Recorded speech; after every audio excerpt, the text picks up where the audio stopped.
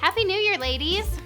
Getting control of your house might be on your mind right now. Holidays are done, everyone's still home and around with the holidays, and so we are going to talk about this today.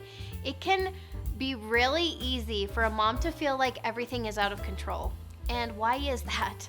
You have probably heard the phrase that a mom's job is never done, and honestly, it feels that way most of the time. Whether you feel like the house itself is out of control or just the people in it are out of control, it can be a pretty daunting task to try to regain control. So can we talk for a second about our job? Most people would agree that what we do, being a mom, is one of the hardest jobs in the world, and yet a lot might wonder why that even is, right? It seems pretty simple and straightforward.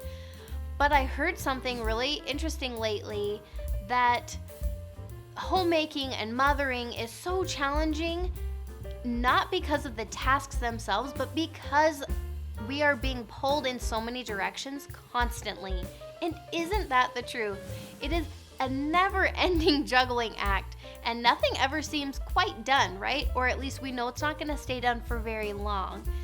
No wonder it can be draining and exhausting and overwhelming. So today I have a solution for you. By the end of this video, you will know how to conquer the overwhelm, and my simple 4 pointers will leave you feeling so much more in control of your house and just your life in general. So, doesn't the word control sound so good? It sounds so good. I crave that feeling. And for me, feeling under control really does equal peace. It's no surprise then that the feeling of out of control is incredibly uncomfortable to me, and I'm susceptible to feeling that pretty easily. On one hand, people in my life would say that I am the most patient person ever, and I do know that I do a good job continuing to show up for my life how I want to, but the internal struggle is so real. Out of nowhere sometimes, I start to feel like things are out of control. Basically, like it's fine until it's not fine. And what I've noticed when I start feeling this is that the story I'm telling myself does not line up with the facts. So that's what we're talking about today. The principle story versus fact is a really important thing to understand in order to be able to create the life that you really want for yourself. So what is a fact? A fact is something that can be proved in the court of law, as opposed to a story, which is just something we tell ourselves. The fact might be that there are 20 dishes in the sink and 10 toys on the floor, and our story might be that our house is out of control.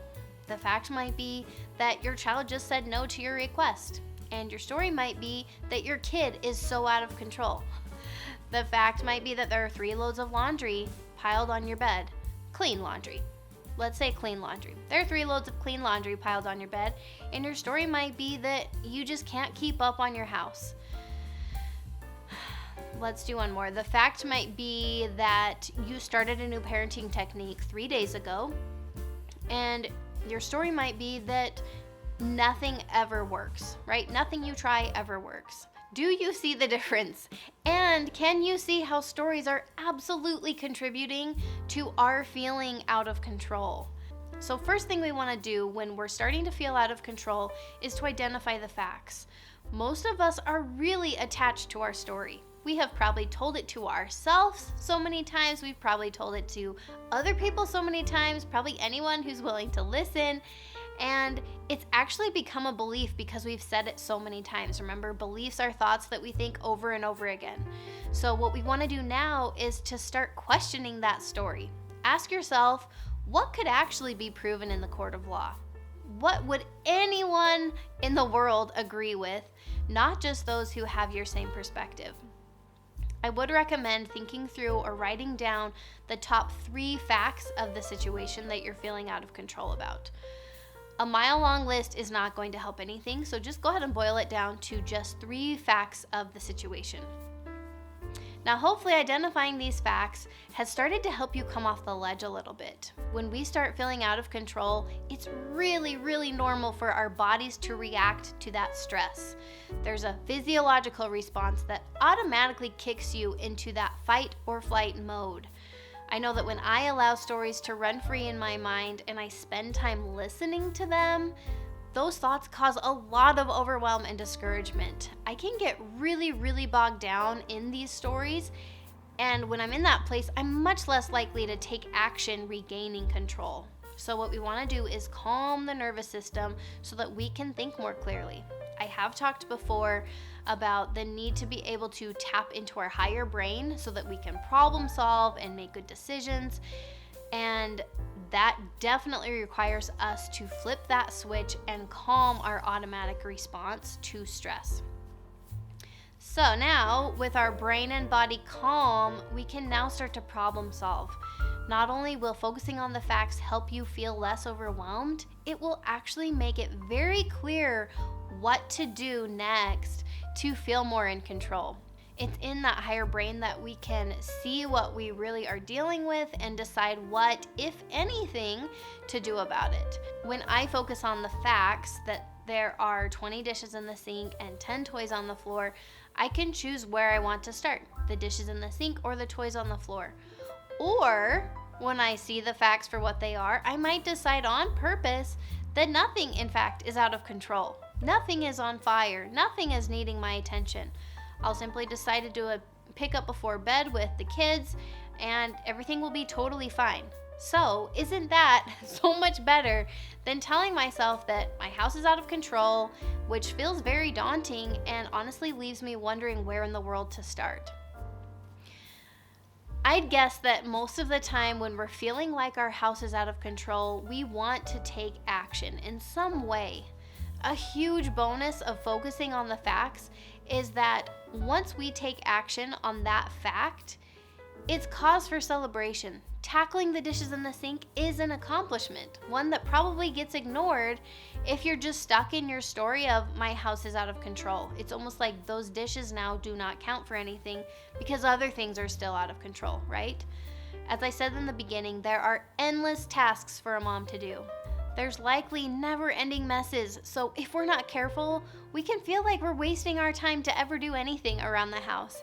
And it can just feel so discouraging because we know it's only a matter of time before things will get dirty again or that task will need to be done again. That is so much of what we do as moms and homemakers, repeating the same tasks, the same chores, the same routine over and over again. But when we narrow our focus in those moments to the 20 dishes in the sink and the 10 toys on the floor, we can just check it off our list when we get those dishes done, when we get those toys picked up, and we can use that moment to really acknowledge that we are taking control of our house.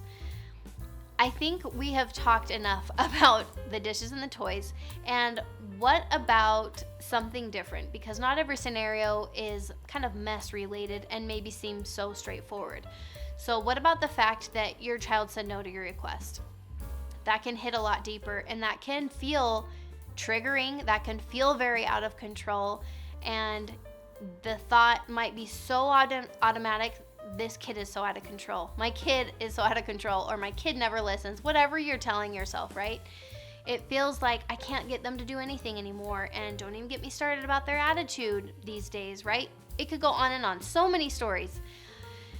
And we can all relate to this, right? It is so totally okay and normal when you catch yourself doing this. We all think these things at some point about our kids, and a big part of our story might be what we're telling ourselves about what this means about us as a mom, right? That's why it hits so deep, because we see that as a reflection on the job we're doing as a parent. So first, identify the facts. I asked my toddler to pick up his cars and he told me no. That's the fact. If we're getting all worked up over this, then let's just bring it down a few notches. Calm the nervous system by just taking a few deep breaths and really focusing on the fact, right? We identified that fact, and maybe there's a couple others. There was a time last week that he obeyed me. That's a fact. That happened, right? He's 3 years old. That's probably a very relevant fact.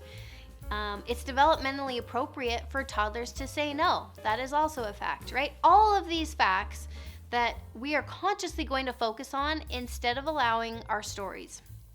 So now that we're in a little bit of a calmer place, let's go ahead and problem solve.